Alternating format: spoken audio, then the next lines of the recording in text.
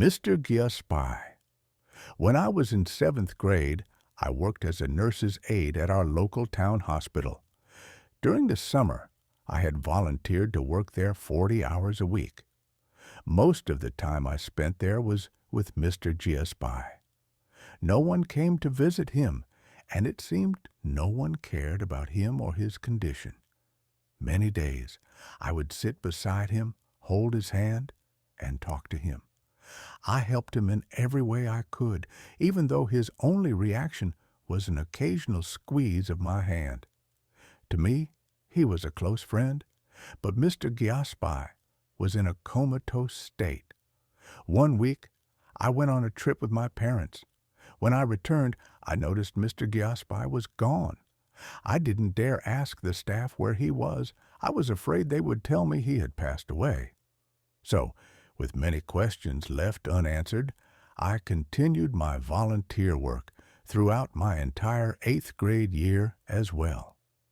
Several years later, while I was in university, I was at a gas station one day when I noticed a familiar face.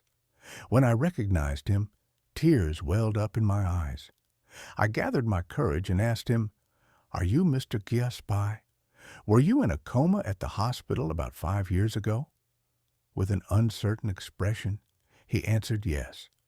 I explained to him how I knew him and the hours I had spent by his side in the hospital. His eyes filled with tears, and he hugged me, something I had never experienced before. He told me how, while he was comatose, he had heard my voice.